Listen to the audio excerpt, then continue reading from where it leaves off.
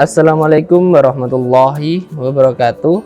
Baik, pada kesempatan kali ini Kak Odin akan menjawab dari dua pertanyaan, yaitu yang pertama, Kak, nanti kan katanya survei ya untuk beasiswa KIP kuliah ini pada tahap 2 atau setelah kita lolos dari tahap administrasi. Terus kalau rumahnya mau disurvei, apakah itu dadakan atau diberi kabar terlebih dahulu, Kak Odin? Oke, di sini Kak Odin akan menjelaskan jawaban dari pertanyaan tersebut.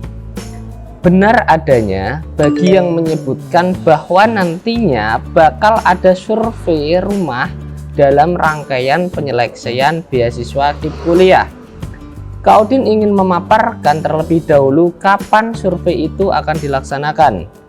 Survei lokasi diperuntukkan hanya bagi mereka yang telah dinyatakan lolos pada tahap 1 atau tahap administrasi. Pada saat pengumuman kelolosan tahap 1 yang berupa file PDF, teman-teman akan dipaparkan juga pada file tersebut terkait dengan tahapan-tahapan selanjutnya, yaitu berupa pengumpulan berkas-berkas secara langsung dan tahap wawancara plus survei lokasi. Untuk timeline atau jadwal pengumpulan berkas secara langsung kepada pihak kemahasiswaan akan tertera tanggalnya secara jelas dan pasti. Namun berbeda dengan seleksi wawancara yang biasanya hanya tercantum tanggal berapa sampai tanggal berapa.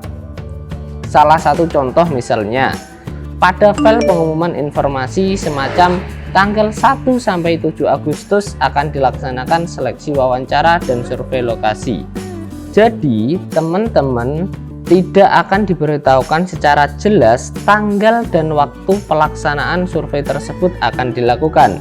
Hal itu untuk mengantisipasi bahwa tidak adanya kecurangan bagi pendaftar beasiswa KIP kuliah yang akan disurvei rumahnya untuk memanipulasi situasi dan kondisi rumahnya supaya terkesan buruk dan sangat tidak mampu untuk menunjang penilaian dari panitia.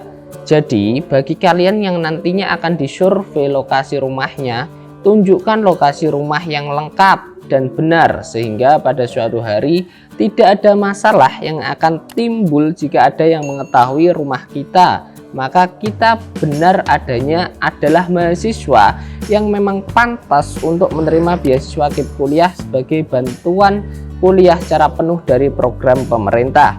Jadi kesimpulannya, bagi kalian yang bertanya apakah nanti surveinya dadakan, jawabannya adalah iya.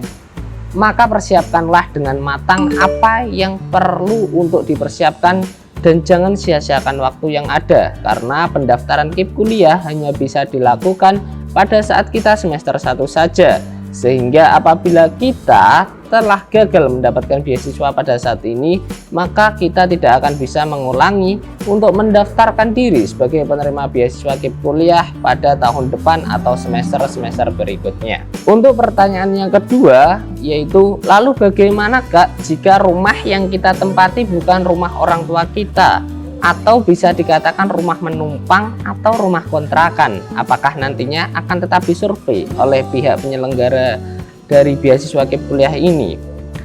Pada saat kalian melakukan pendaftaran, pada tahap pengumpulan berkas, kalian akan diminta untuk melengkapi alamat rumah atau domisili tempat kalian tinggal saat ini.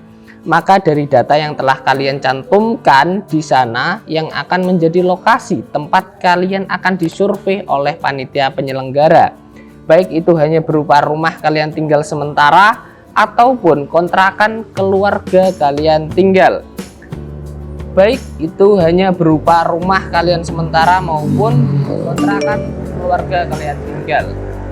Intinya, semua mahasiswa akan melalui tahapan wawancara dan survei lokasi rumah untuk memastikan kebenaran data rumah sekaligus melihat situasi dan kondisi rumah dari pendaftar apakah layak menerima beasiswa KIP kuliah atau tidak. Kalau kita memiliki niat yang benar dan kuat untuk mendaftarkan diri pada beasiswa KIP kuliah, maka kita tentunya telah menyadari kondisi ekonomi keluarga dan prestasi apa yang akan kita ajukan sebagai syarat pendaftaran untuk mendapatkan beasiswa tersebut. Selamat berjuang dan salam prestasi.